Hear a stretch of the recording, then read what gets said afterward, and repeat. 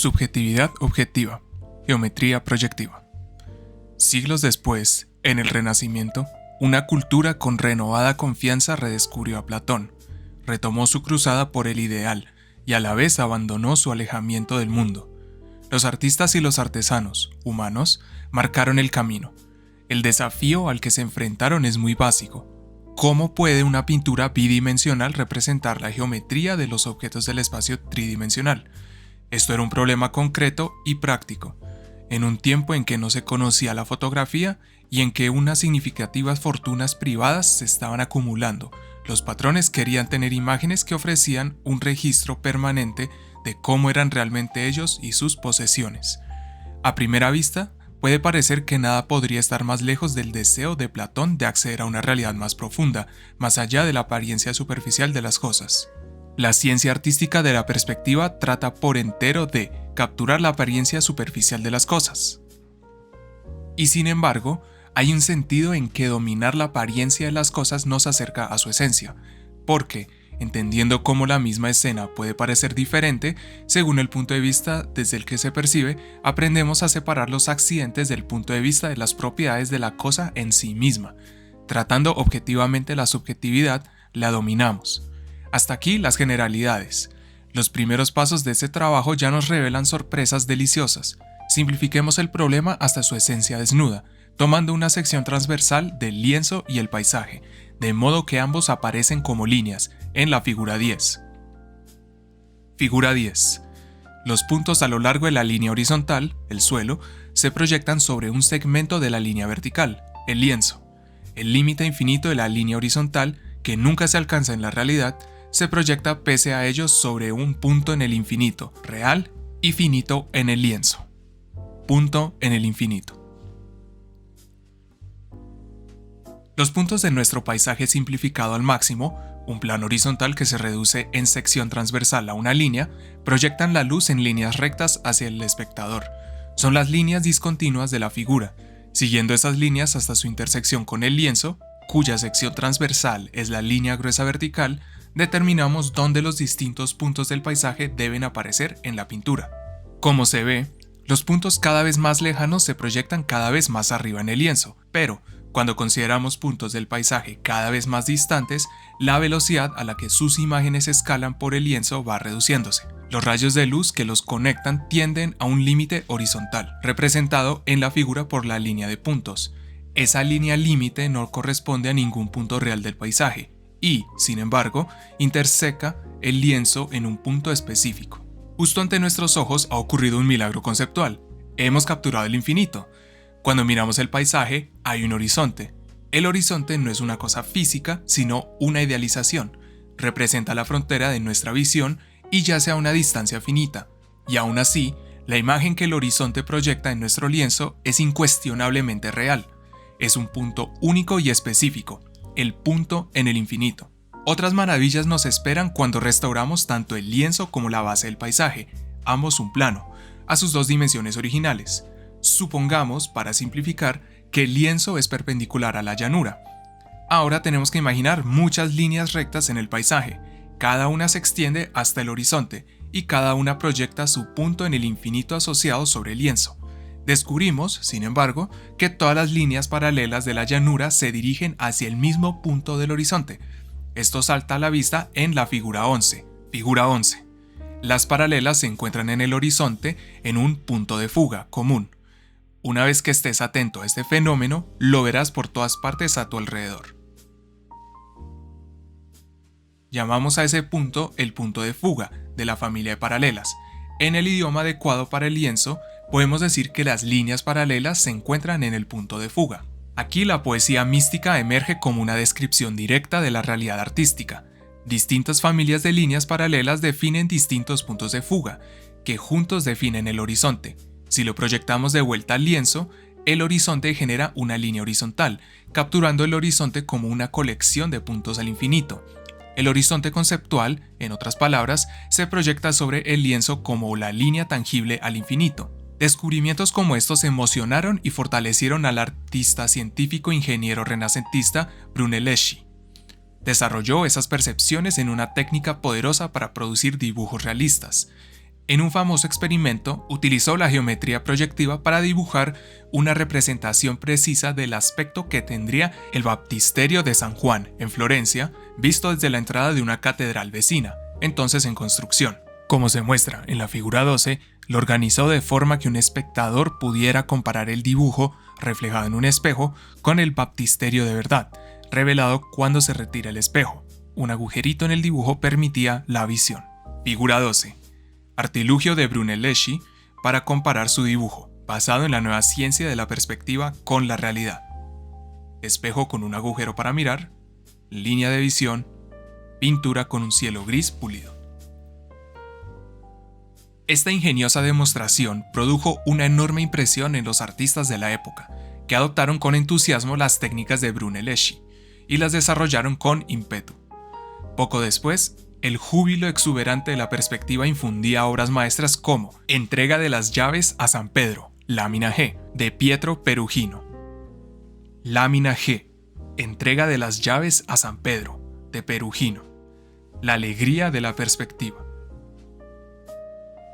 La perspectiva es aquí un jugador activo que aporta un sentido especial de orden, armonía y autoridad a este acontecimiento fundacional de la Iglesia Católica.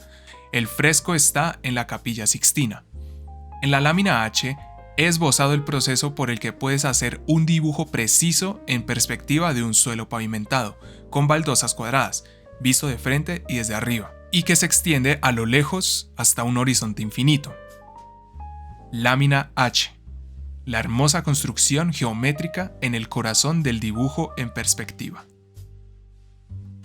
Todo lo que necesitas es un lápiz, una regla y un borrador. La regla que usan los artistas nos suele llevar marcas de distancia. Por supuesto, una regla con marcas de distancia puede servir también, basta que las ignores. El proceso de construcción se indica en la parte de arriba de la figura. Trazamos una línea, indicada en negro, que será el horizonte. Empezamos con una baldosa cuadrada, indicada en azul abajo del todo. No se dibuja cuadrada, por supuesto, porque estamos viendo el suelo de forma oblicua. Los lados opuestos del cuadrado, cuando se prolongan, se encuentran en el horizonte, en sus puntos de fuga. Estas prolongaciones están también en azul. Así que con eso empezamos, una baldosa y el horizonte.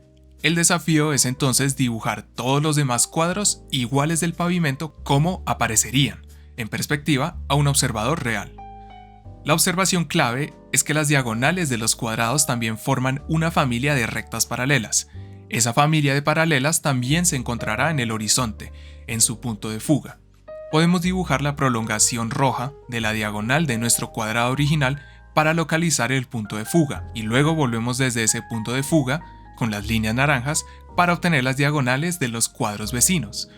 Una vez situadas esas diagonales, sabemos que las intersecciones de las líneas naranjas y azules son vértices de las baldosas vecinas.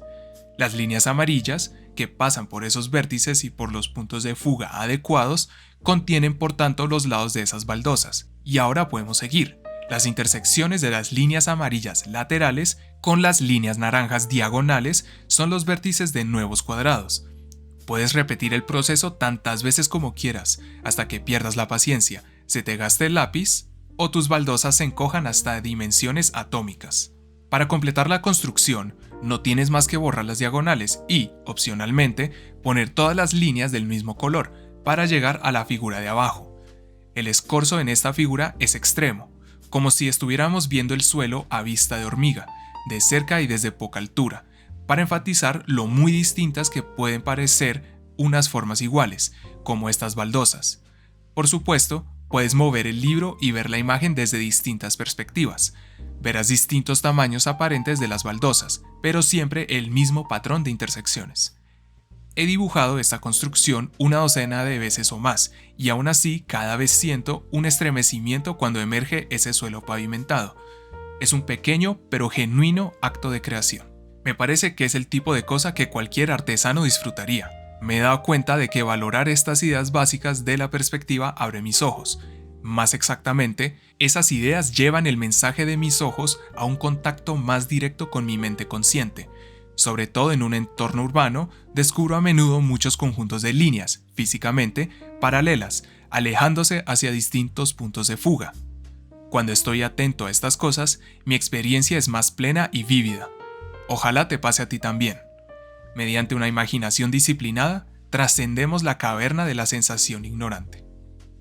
Cuestiones de perspectiva, relatividad, simetría, invarianza, complementariedad. Muchas de las ideas recientes de la moderna física fundamental le resultan poco familiares a la mayoría de la gente. Pueden parecer abstractas e intimidatorias si se presentan de forma abrupta en los contextos extraños que constituyen su hábitat natural. Por esta razón, aquellos de nosotros que intentamos llevar esas ideas a una audiencia amplia, trabajamos a menudo con metáforas y analogías. Es un desafío encontrar metáforas que sean a la vez fieles a las ideas originales y fácilmente comprensibles, y un desafío aún mayor hacerlo de modo que haga justicia a su belleza. He luchado muchas veces contra ese problema a lo largo de los años. Aquí estoy feliz de presentar una solución que me ha proporcionado un verdadero sentimiento de satisfacción. La geometría proyectiva, esa innovación artística del Renacimiento, contiene no ya meras metáforas, sino modelos genuinos, en una galería de grandes ideas ingeniosas y formidablemente significativas. Relatividad es la idea de que el mismo objeto puede representarse, fielmente y sin pérdidas, de muchas maneras distintas.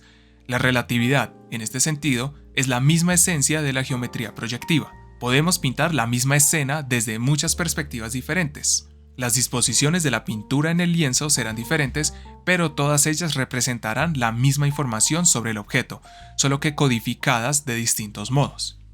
La simetría es una idea estrechamente relacionada con la relatividad, pero con la atención dirigida al objeto en vez de al espectador. Por ejemplo, si rotamos el objeto de nuestra pintura, parecerá diferente desde cualquier perspectiva fijada, pero su descripción proyectiva, es decir, la totalidad de visiones que ofrecen todas las perspectivas posibles, sigue siendo la misma, porque los pintores pueden recolocar sus caballetes para compensar la rotación. Podemos resumir esta situación diciendo que la rotación del objeto es una simetría de su descripción proyectiva.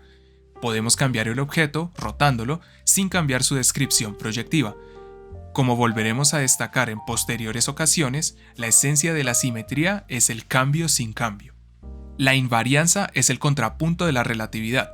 Muchos aspectos del objeto se representan de forma diferente cuando cambiamos de perspectiva, pero algunos rasgos son comunes a todas esas representaciones. Por ejemplo, las líneas rectas del objeto aparecerán siempre como líneas rectas desde cualquier perspectiva, aunque su orientación y posición en el lienzo variará. Y si tres líneas rectas se intersectan en el objeto, sus representaciones se encontrarán en un punto, desde cualquier perspectiva. Los rasgos que son comunes a todas las representaciones se definen como invariantes.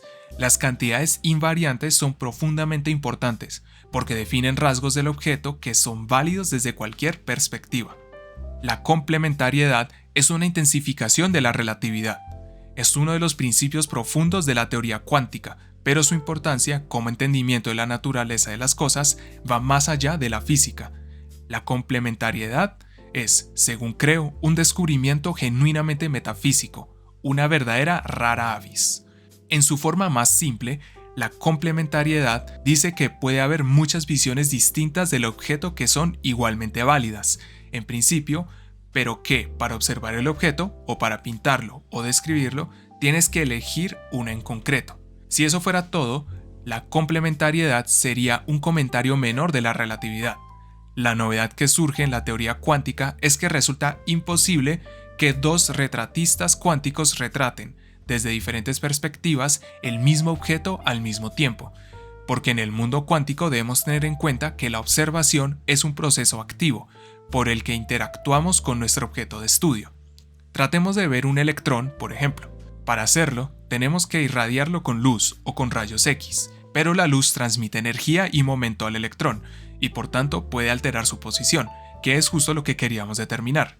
Tomando las precauciones adecuadas y jugueteando con el electrón de forma casual, podemos organizar nuestras mediciones para que capturen algunos aspectos del objeto correctamente, pero solo a costa de sacrificar otros, puesto que se destruyen en el proceso de observación. Con distintos arreglos y precauciones, podemos elegir nuestra división preferida entre el observado y lo sacrificado de diferentes formas, pero no podemos evitar tener que elegir. Al pintar el mundo cuántico, tenemos que elegir una de entre todas las posibles perspectivas y trabajar para conseguirla. Si hay otro pintor trabajando, y jugueteando con nuestro electrón a su manera y con sus propios propósitos, nublará nuestro retrato y nosotros arruinaremos el suyo.